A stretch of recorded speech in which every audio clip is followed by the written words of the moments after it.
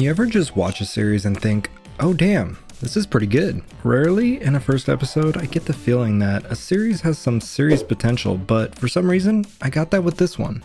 It could just be me though. The case study of Vanitas is about two characters, Vanitas and Noe. These two circumstantially one day meet each other and after a quick battle with a common enemy, decide to team up to face the greater evil that is causing certain events. Those events being vampires being robbed of their true name and essentially going berserk and preying on the innocent as a result. Because in this world, most vampires don't drink blood all that often. It's usually something they do for pleasure and it's not needed for them to survive like how it is in most other forms of media. So when a vampire does, it's kind of a problem and reinforces their already negative reputation. And the consensual biting can get a bit sexual at times.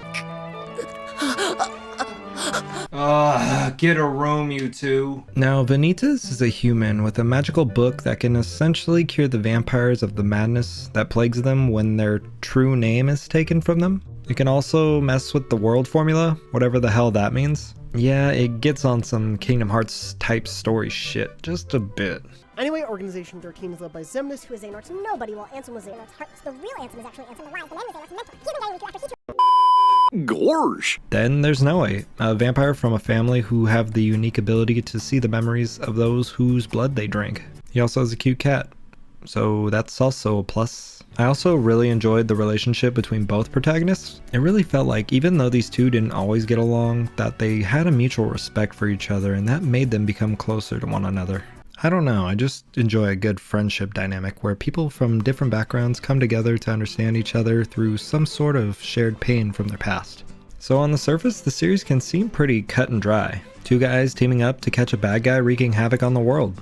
Sounds like a typical shonen to me, and in a sense, yeah, it's pretty simple. But underneath, the series is a bit convoluted in the fact that there's more to the characters not only in their motives, but in their past experiences. For instance, most of Noe's childhood is unknown to us prior to him living with Dominique, but we do know that he does have a deep hatred for the main antagonist of the first season, just due to what they did to someone he cared very much for. Therefore, that gives Noe enough reason to team up with Vanitas to try to figure out whoever the antagonist is and why they're robbing vampires of their true name. And trust me, the backstories for most of the characters so far goes way more in depth. So the series being somewhat complex has really caused me to have some trouble conveying what's so great about it. Ugh, brain hurty. However, I do still think that even though Vanitas is convoluted at times, it's still an easy series to pick up. You see, I feel Vanitas shares the same kind of charm as older series like Fullmetal Alchemist, and it isn't a surprise once I found out that the author of Vanitas is actually heavily inspired by the author of Fullmetal Alchemist. But that's what I find so great about it. Us as anime fans have seen the medium evolve into what it is now, and in some ways, most of the series nowadays don't have the same story structures to them as they did back in the 90s or the early 2000s. So that's a huge reason why I have so much love for Vanitas. It's not afraid to show us what was so good about this way of storytelling, this way of world building. And I'm sure some of you may disagree when I say this, but I honestly think that Vanitas has some potential to become a modern classic in the same way some of our favorite series were back in the day. Also, the author of Vanitas is also the author of Pandora Hearts, just if you didn't know. I also really love the setting of the series along with the music. Vanitas takes place in Paris? Hold on. Yep, it's Paris, or just France overall. The music really set the tone for the investigative/curious nature of the series, but it's not a detective show. I don't know, there's just something about an accordion in a typical French setting I just really found comforting. Anyways, the music's good.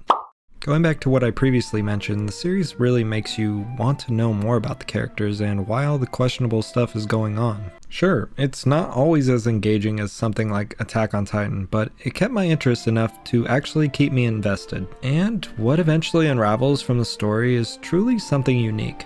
The author of Vanitas is truly gifted in the way she crafts the story. From the fleshed out characters to the world that feels like there's so much more to it. This series is one for the old and new school fans of anime, and in my opinion, some newer series could take a note or two from this one. I just feel like this series in particular is not very predictable, and some newer series can end up coming off that way. Also, look at these manga covers, they're bougie as fuck. Overall, Vanitas is a truly great series, with the only problem of it being a bit convoluted at times, but I still enjoyed it from the first episode to the latest. And I'm sad at the fact that the anime is already caught up to the manga, since there was so much that was happening where it left off. So we won't be getting a season 2 for a while. But I can see the series getting overlooked for the single fact of there's so much good anime coming out nowadays. Like, I could see how Fullmetal Alchemist gained its popularity years ago, but for the same reason, if it came out nowadays, it would definitely get overlooked and not be as popular as it was in its prime. Oh, also, Bones adapted Vanitas, and if you don't know who they are, look them up. They've been killing it for the past 20 years or so. Plus, they gave this series 2 banger openings that have been stuck in my head for weeks now. So go check out Vanitas. I think most of you will at least get some enjoyment out of it. And well, if you don't, no refunds. Hey guys, hope you enjoyed the video. If you did, don't forget to drop a like and consider subscribing. It really helps out the channel. I know some people absolutely hate anything with vampires, so I'm curious, what did you guys think? And if you liked or hated Vanitas, let me know down in the comments. Also, don't forget to follow me on Twitter, since that's where I post any updates on the channel. Link will be in the description below. Thanks guys. Later.